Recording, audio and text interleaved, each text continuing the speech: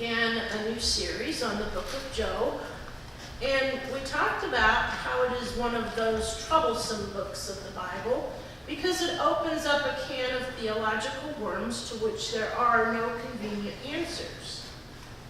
It is so troublesome, in fact, that preachers tend to avoid preaching about it because the main question being posed in the reading is that age-old irksome question, why does a good God allow bad things to happen to good people?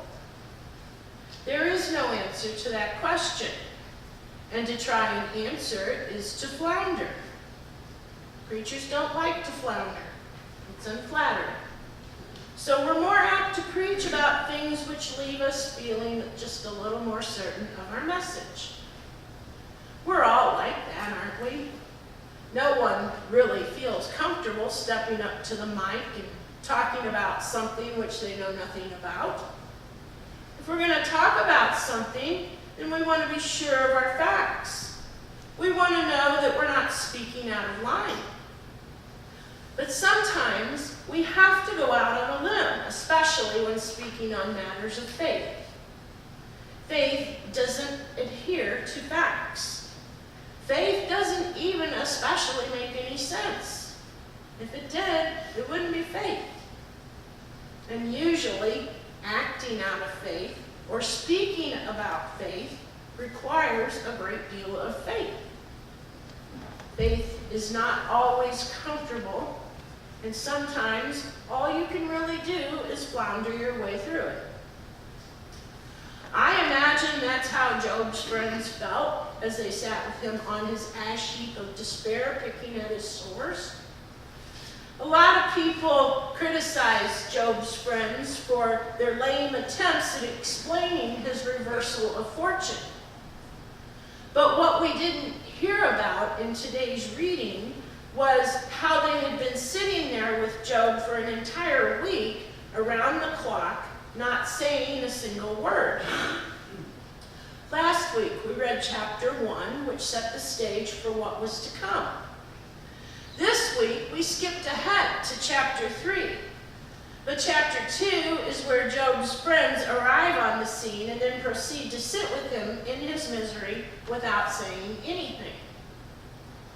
To briefly summarize, Job opens with the words, "There once was a man in the land of Uz whose name was Job."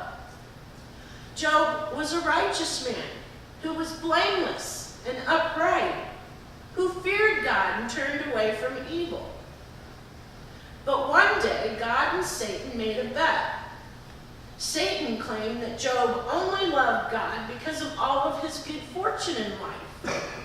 He wagered that if God were to take away all of it, Job would curse God.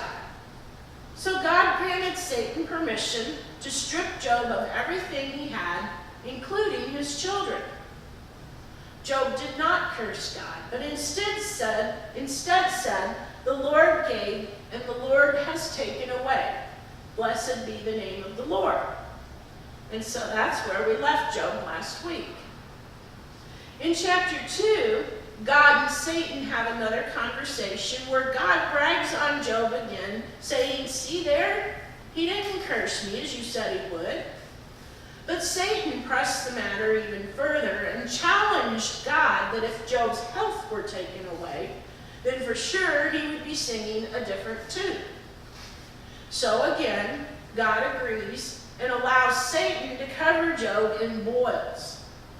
Job's friends hear of his woes, and they come to sit with him for a whole week in silence. And today, we pick up with chapter 3, where Job finally begins to speak. Well, Job certainly has changed his tune quite a bit since last week. He's had time to process things, to sit in his grief, and to mourn the loss of his children. He's moved from prosperity to an ash heap. And his wife has been urging him to curse God and die already.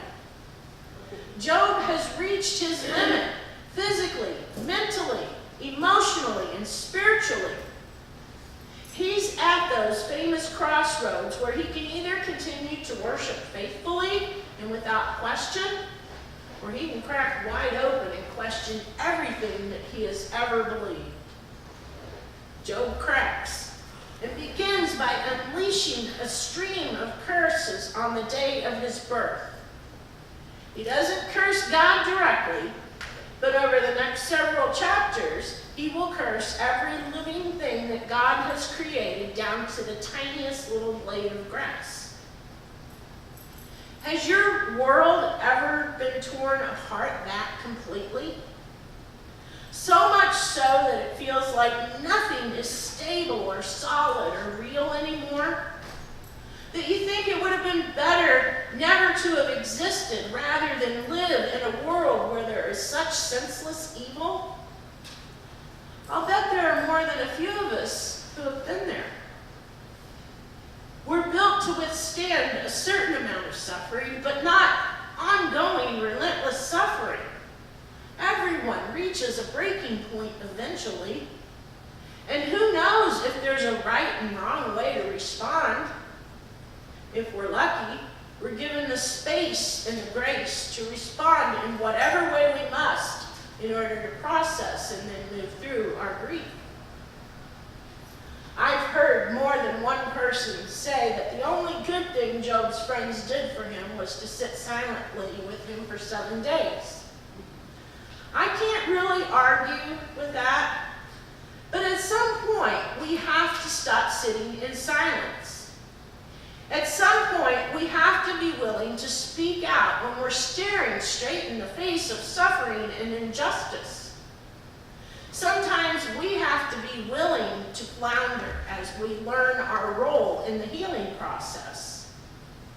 Sadly, Job's friend Eliphaz did as so many people when they don't know how to respond. He began to pick Job apart and point the finger of blame at him for his own problems.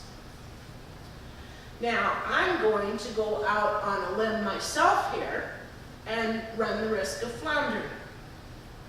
Because today I see Job suffering all around me, and I cannot simultaneously preach the gospel while sitting in silence.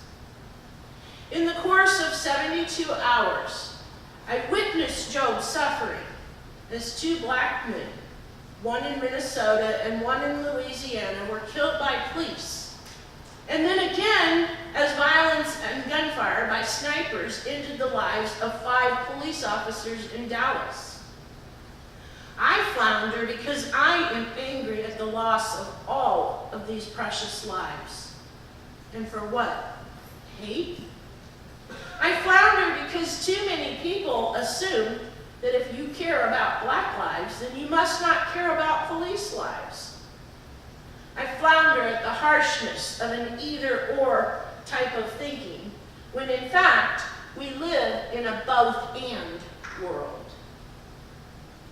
With each and every act of violence, I hear Job's anger, grief, anguish, horror, rage, and his cries for justice and accountability. I hear it through the blood of the police officers and the anguish of their families. I hear it in the voices of the black community as clearly recorded police killings are made public while yielding very few indictments and even fewer convictions.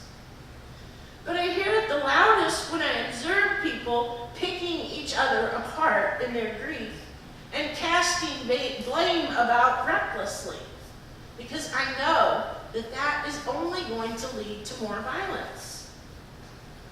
I flounder as my eyes are slowly being opened to my own cooperation in systems of oppression and racism.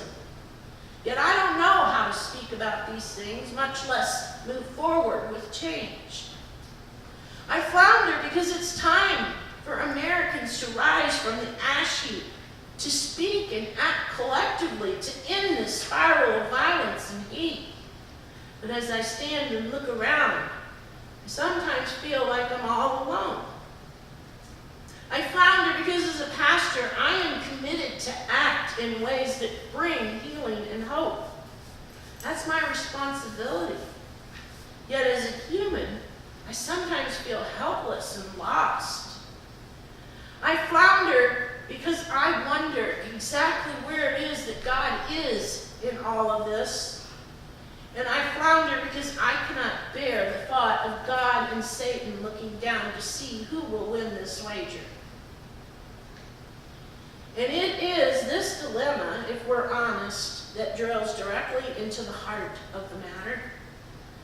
This is the dilemma, the mother of all dilemmas, the one that keeps us awake at night and causes us to really wonder whether or not there is a God, or if that God even cares about us.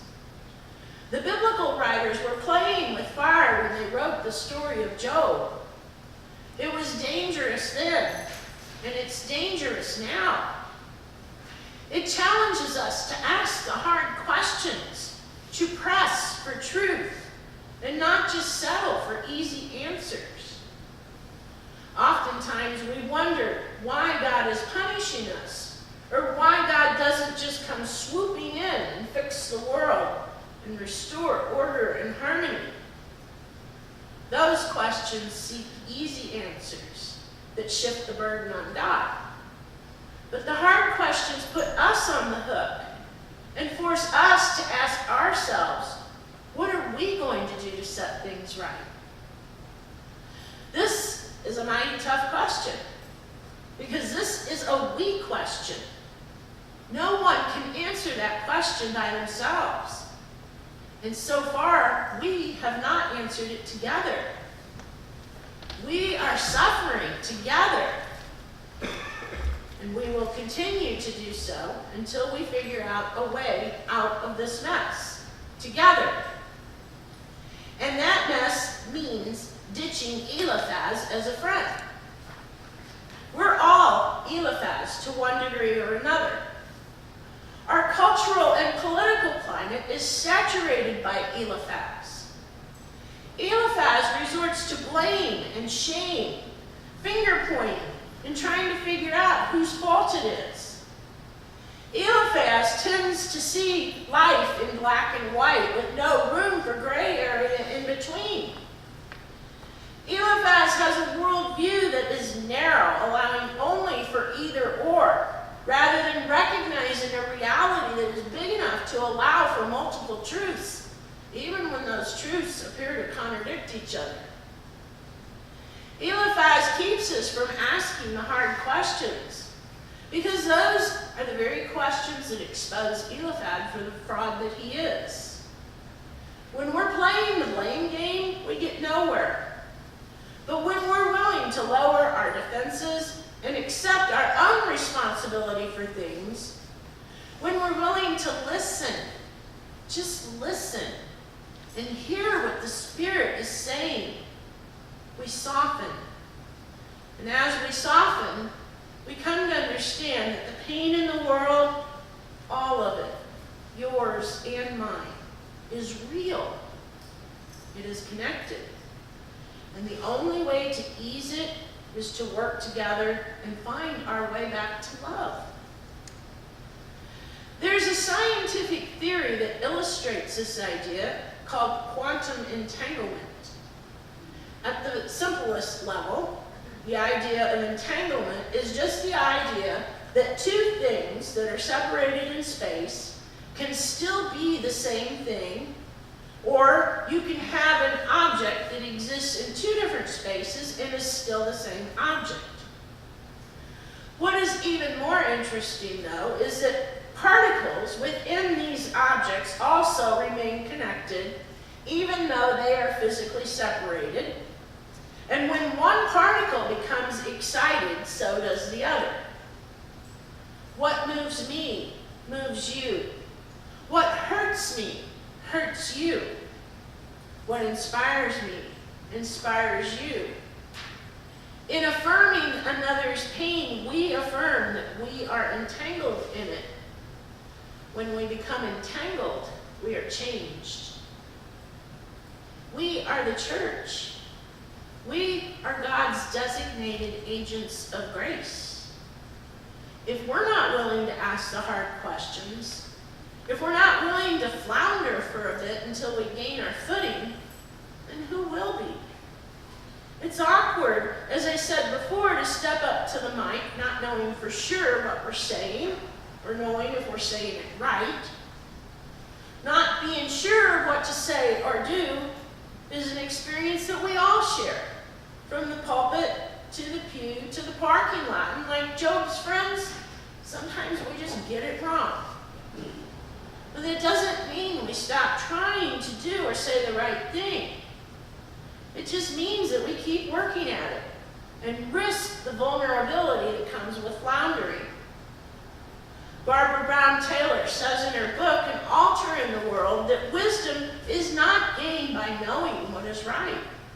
Wisdom is gained by practicing what is right and noticing what happens when that practice succeeds and when it fails. What is right?